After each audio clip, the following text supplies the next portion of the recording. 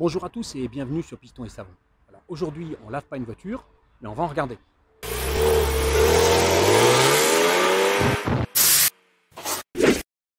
Alors aujourd'hui, on est chez MV Motor Concept à Ibos dans les Hautes-Pyrénées. J'ai trouvé qu'ils avaient un inventaire extrêmement intéressant et j'ai voulu vous faire découvrir quelques voitures. Donc on est chez MV Motor Concept. Et donc c'est quoi ce concept de concession? Alors, donc on est sur un concept un petit peu novateur dans le sens où on va essayer de... D'abord, avant tout, évidemment, on est passionné d'automobile. On a ouvert ici il y a 2 ans, on a repris un local qui a été fabriqué par BMW pour BMW, qui sont ensuite partis en centre-ville. On y a trouvé une opportunité très sympa d'avoir un local qui se prêtait vraiment aux voitures sur un axe très passant. On a de la place, un beau showroom dans lequel on a pu présenter, vous les verrez ensuite, toutes les voitures de collection qu'on a à proposer. On en cherche constamment.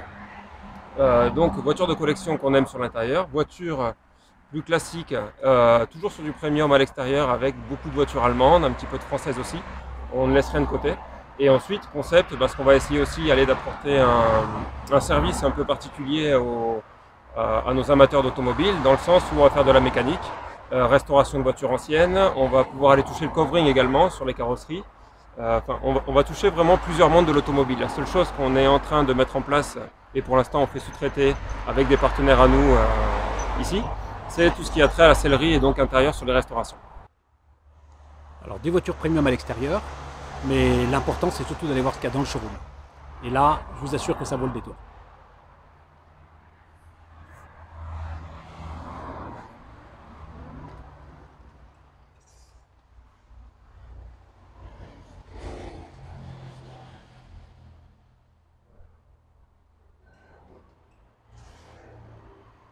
Voilà, on peut faire le tour et que tu nous présentes les voitures qui sont présentes. Donc là, vous pouvez voir un véhicule qu'on voit assez peu effectivement. C'est une base Lotus dessus. Donc c'est une Opel Speedster. C'est un modèle turbo, ça fait 300 chevaux. Il y a une programmation dessus. Une voiture très sympa à rouler, à connaître. Donc, sa voisine, une voiture qu'on ne s'attend pas forcément à voir chez nous. Donc c'est une Renault 19. On est sur un cabriolet. La spécificité de cette voiture-là, c'est qu'elle est comme neuve. Elle a été achetée par un concessionnaire Renault. Elle est restée dans le showroom en fait toute sa vie. Le propriétaire la sortait de temps en temps. Il l'a revendue il y a 2-3 ans. Les années 50, elle a 70 ans l'année prochaine.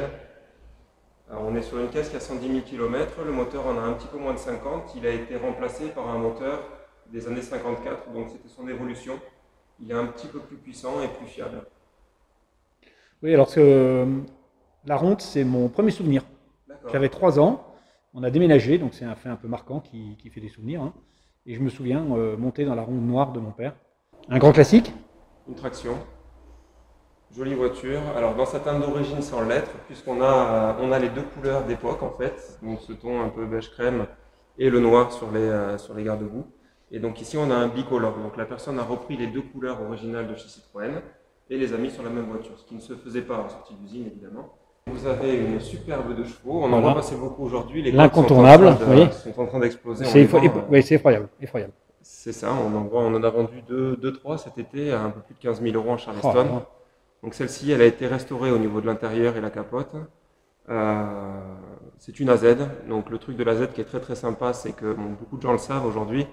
C'est une voiture qui, à l'époque de sa sortie, en fait, dans la publicité, les gens arrivaient, une famille, se garait à côté d'un champ, sortaient la banquette avant, la posaient à l'extérieur, ils faisaient leur pique-nique, puis reposaient la banquette dans la voiture et repartaient tout sourire. Un petit peu plus récent, on reste sur les anciennes, on est chez MG, donc c'est une MGB coupée. C'est une voiture relativement rare, puisqu'en conduite à gauche, avec un kit rallye dessus. On a un volant bois et un intérieur qui est superbe, j'aime beaucoup, qui a été restauré de très très belle manière. On est sur une motorisation en V8, c'est un moteur de chez Rover. Une Corvette C3 ? Voilà, la plupart des gens la connaissent, celle-ci, c'est la coupe la plus répandue et la plus vue sur les Corvettes. Oui. Ici, on est sur un modèle qui a été importé du Canada il y a 5 ans. Alors là, on change d'époque. Tout à fait. On est chez Porsche, 996. On est sur un joli modèle aussi, encore une fois, qui a quelques particularités ici. On a des jantes de 997. Les assises de siège ont été remplacées par des assises de 997 aussi, plus confortables. Les dossiers sont restés en 996 car jugés plus jolis par le propriétaire. On est sur une boîte automatique avec les palettes au volant qui ont été installées également par le dernier propriétaire. Alors j'avoue que moi j'aurais plus un faible pour cette Porsche là. C'est la ligne par excellence effectivement. C'est la dite caisse G.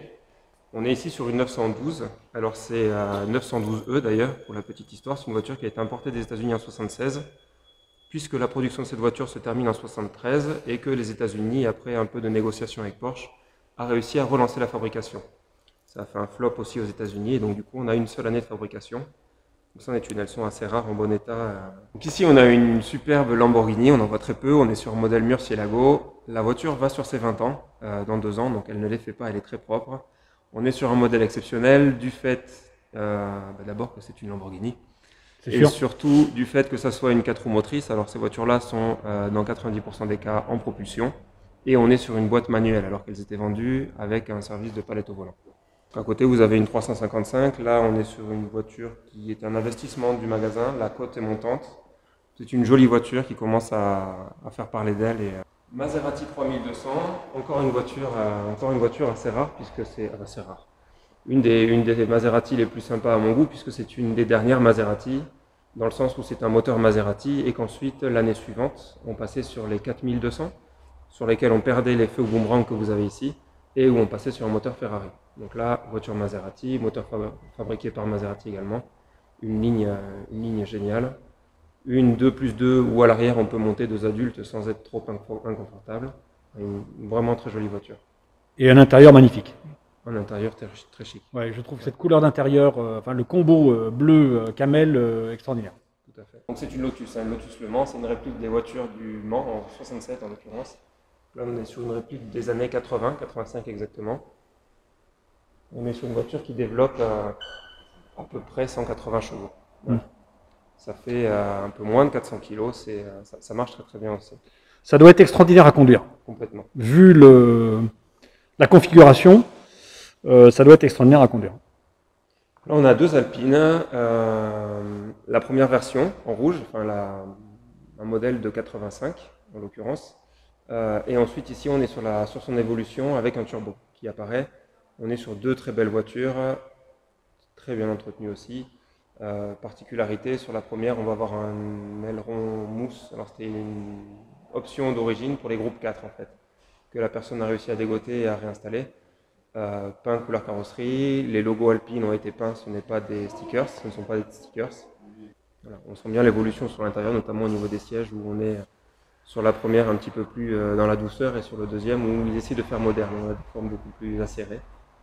Et la conduite est beaucoup plus à l'aise aussi sur la seconde, puisqu'on a une position de conduite relativement droite. Donc je propose qu'on finisse par une voiture qui se trouve à l'extérieur. Donc ici on est sur une Corvette des années 60, de 60, on est sur un moteur V8, ça va faire 230 chevaux, ça ronronne, c'est magnifique. On l'achèterait juste pour le bruit d'abord, puis ensuite pour sa ligne. Donc c'est la couleur par excellence sur la Corvette C1. Donc on est sur une restylée, on le voit très rapidement grâce à l'avant. On a 4 phares, donc 2x2, avec la coupe sur le capot. Alors je l'ai déjà dit, cette voiture c'est probablement mon ancienne préférée. Et en tout cas, s'il en fallait plusieurs, elle serait sûrement dans le top 3. Mon rêve ce serait de faire un tour avec. Je vous invite avec plaisir. Et ben, c'est super sympa. Allez, alors on y va.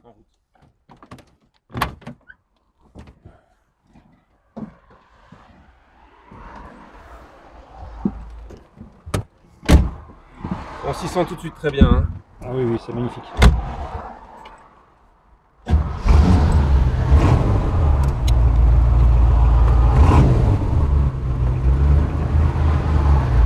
Et en plus, c'est une boîte manuelle. Hein.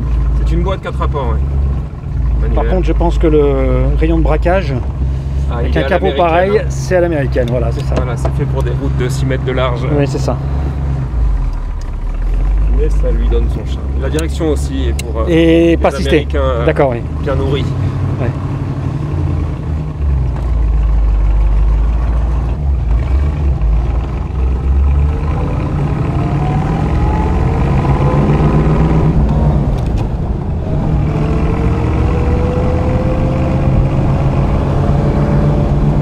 La partie.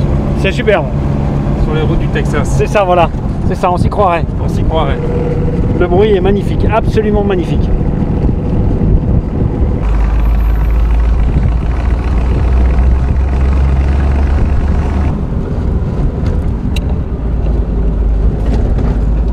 Alors je dois dire que vraiment ça c'est une ancienne qui me plaît. Bon, c'est les moyens qui manquent pour l'instant, hein. Mais regardez-moi ça comme ça pousse, c'est extraordinaire.